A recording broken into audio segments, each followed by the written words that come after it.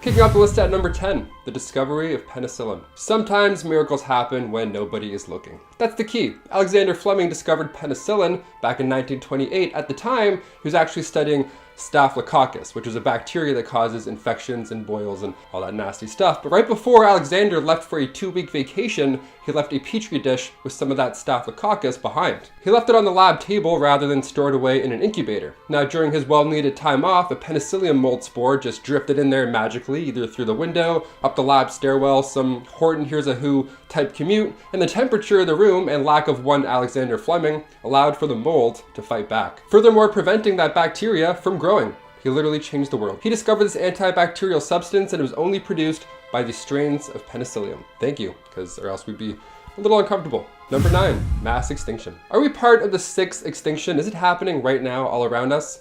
Most likely. We lose thousands of species each year, and when looking in the past, asteroids and ice ages, sure, they have all something to do with massive extinction level events, of course, but after humans invented the wheel and then discovered fire, things started to change. We kind of caused a lot of bad stuff. In the 1800s, industrialization drove up extinction rates and continues to do so. According to Elizabeth Colbert, across the world, scientists every day are monitoring what could be the largest extinction event since the dinosaurs. That's us, since the dinosaurs. It's like dinosaurs, T-Rex, and then us, equally as bad. What do you know? Arms are a bit longer now, but still, we're up to no good. The way human beings interact with the environment and affect biodiversity could be more deadly than an asteroid hitting the Earth. That's pretty eye-opening. With an ever-climbing list of endangered species, Colbert and the world asked one question. Is it too late to change it? Like, are we screwed? Most likely, but we can do our best at this point. Okay, let's move on to something a bit lighter so we don't feel like complete trash. Sounds good, let's do it. Number 8, monkey business. Okay, this study done back in 2016, I had to include it because in a list of unsettling things, this definitely fits. This is the most unsettling thing I've ever heard in my life. And yeah, that includes finding out you're part of a mass extinction level event. This one's right beside it. You ever see Planet of the Apes? The voice acting, the motion capture, Andy Serkis, he kills it. All those dots on his face, really good. The voice, nails it. It's like Caesar, it's very deep. I can't even do it. If I did, I wouldn't be doing this. I'd be doing Planet of the Apes movies. Well, it turns out in real life, they would sound even scarier than that. Research done back in 2016 showed that macaques have a vocal tract capable of speaking. The lucky thing is they just don't have the brain power to do so, or else they would sound like this. Didn't hear it? Let's hear it again. Will you marry me? That's the scariest thing. Imagine a macaque saying that to you. I would politely say, no thank you. I'd be like, no, I'm good, man, thanks. Also, your voice is so deep. Is that laryngitis? What's that? Some vitamins. I was doing fine before I heard this, so I had to bring you down with me. You're welcome.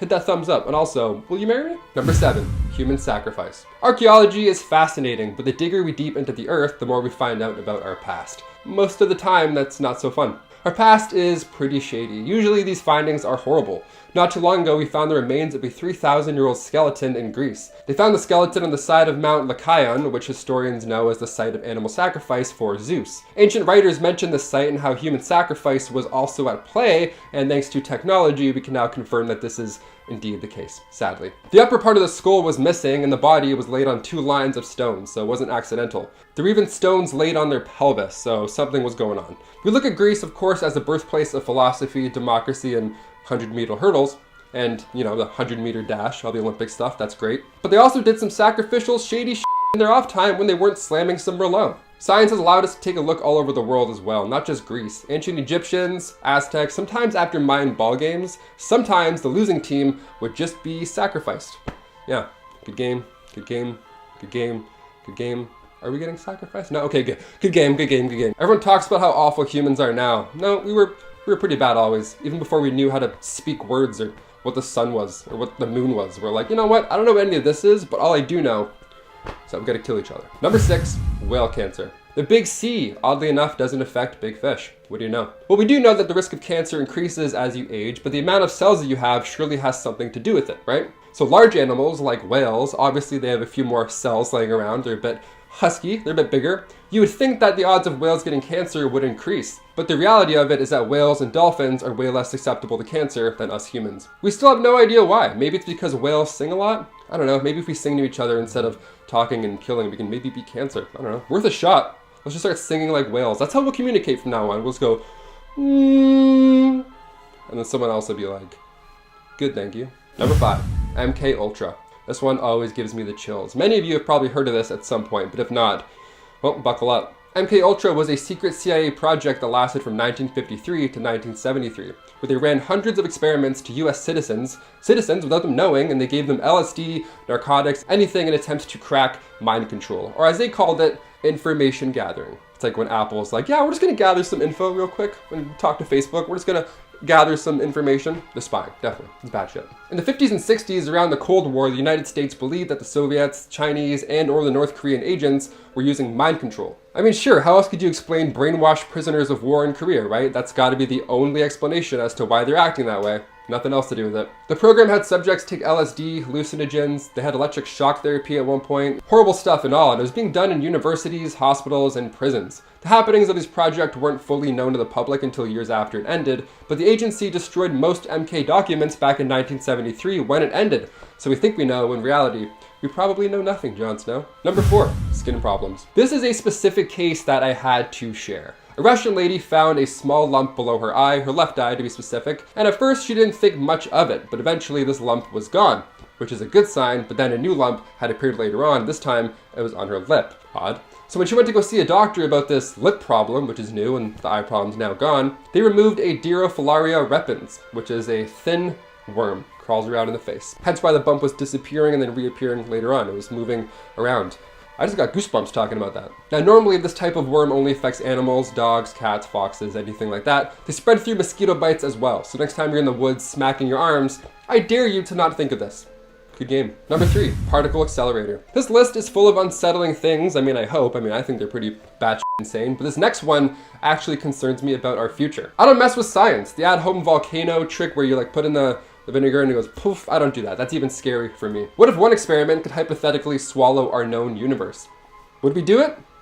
Sure, sounds fun. Why not? What have we got to lose at this point? Sir Martin Rees, Britain's royal astronomer, shines some light on a dark possibility in his book titled On the Future. The particle accelerator is this massive machine that does exactly that. It smashes these charged particles together at a high speed, all in the name of science. We're trying to further understand condensed matter physics, and while it sure sounds impressive, what if it goes south? What would happen? Well, it could destroy the world, apparently. These particles smashing together could create this strange matter that shrinks Earth down to 300 feet in diameter. Or it creates a black hole, one of the two.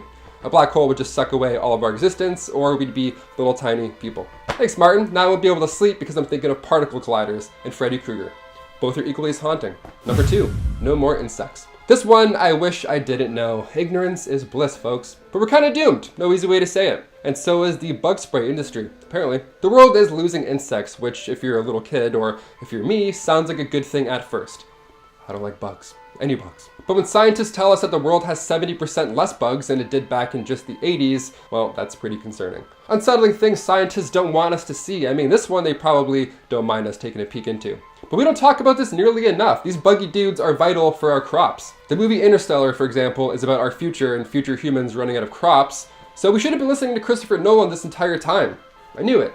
Go watch Dark Knight, there's probably some clues in there somewhere. We're too focused on robots gaining the ability to do parkour that we're forgetting the sad science as well. And finally, coming in at number 1, mad cow disease. While we've got our hands full of this COVID madness, let me just add another one there to top you up. I stumbled across this Reddit thread here. It was titled, Scientists of Reddit, what are some scary scientific discoveries that most of the public is unaware of? Yeah, I read through a bunch of them, pretty scary, but I found this gem and had to finish the list off. One reply got lots of feedback, tons of support as well, and there's a great deal of people who just may be carrying around mad cow disease. But we won't know for another decade, give or take. So, sit tight.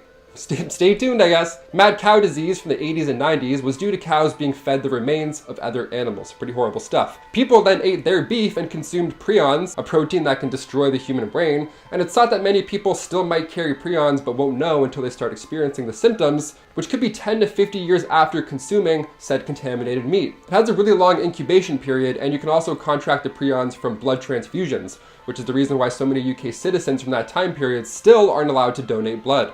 Fun fact, this is a very real thing. And to answer your question, no, there is no cure, and it can kill you in just a few months.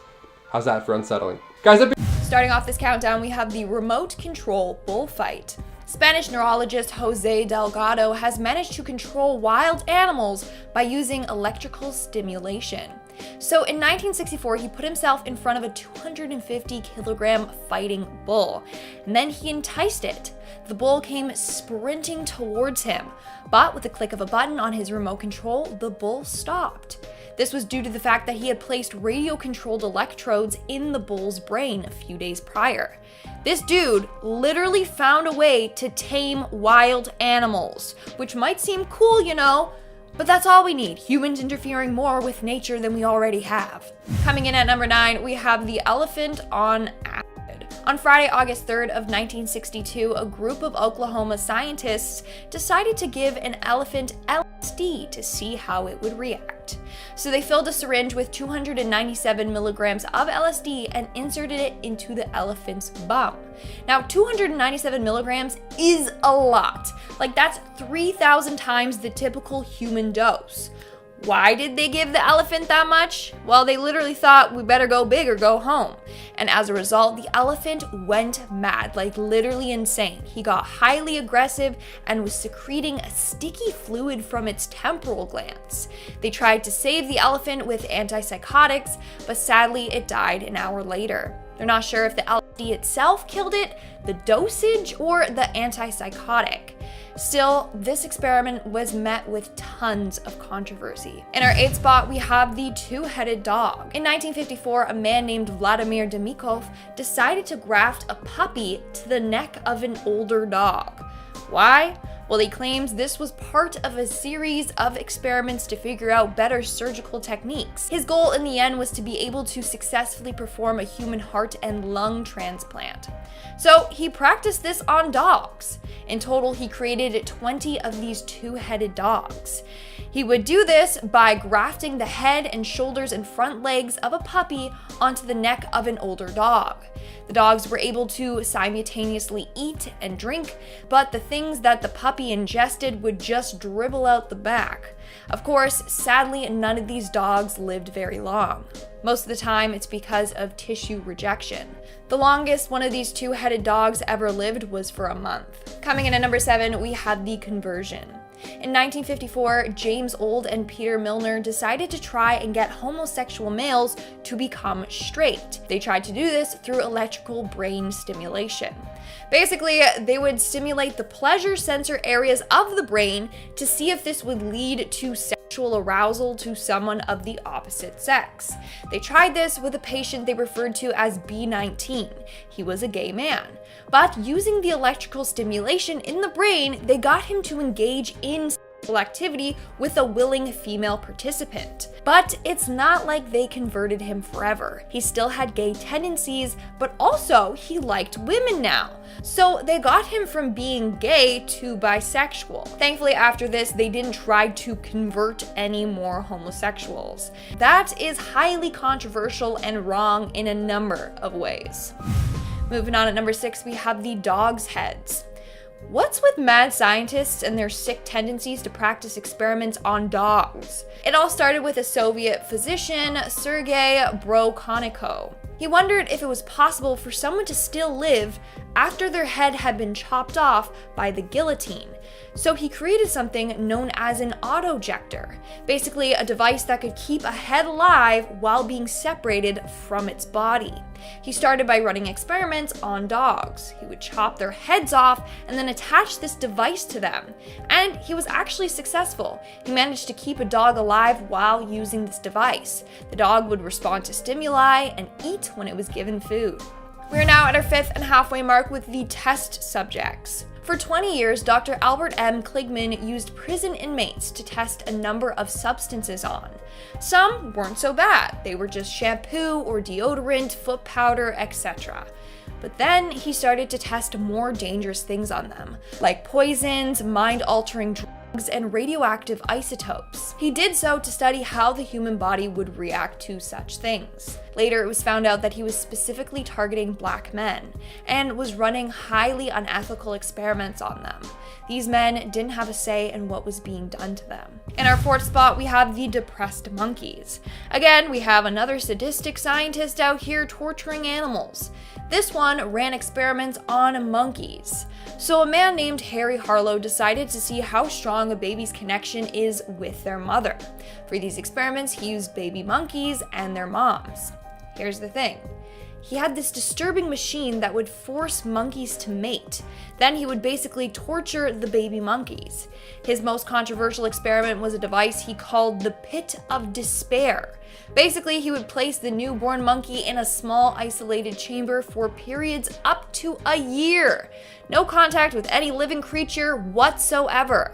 The monkeys ended up having serious problems that they couldn't grow out of. In our third spot, we have sand fleas.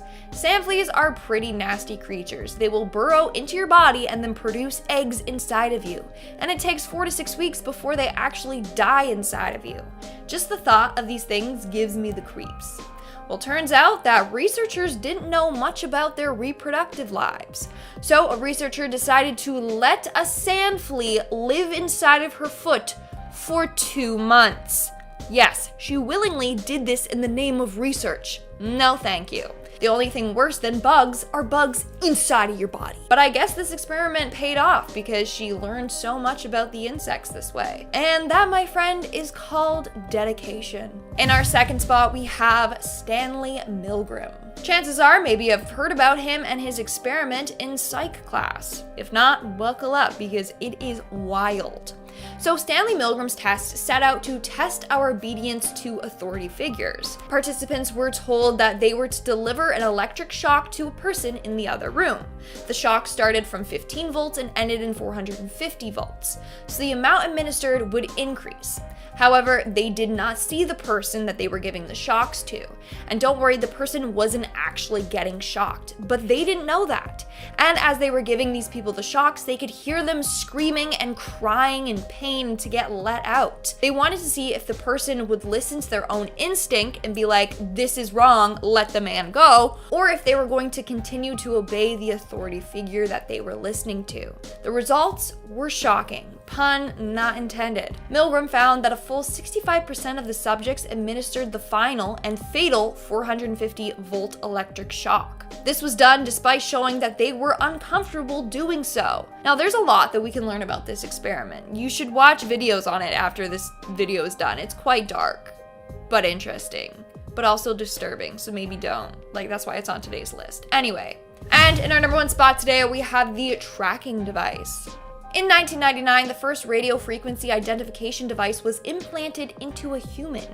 Now, companies, prisons, and hospitals have FDA approval to implant these into individuals. Companies could do so with their employees, prisons would implant them in their prisoners, and hospitals their patients. From there, they can track where these people are going. In fact, a Mexican attorney general already got 18 of his staff members chipped. It's creepy and it's controlling, and I'm not ready to go down that path.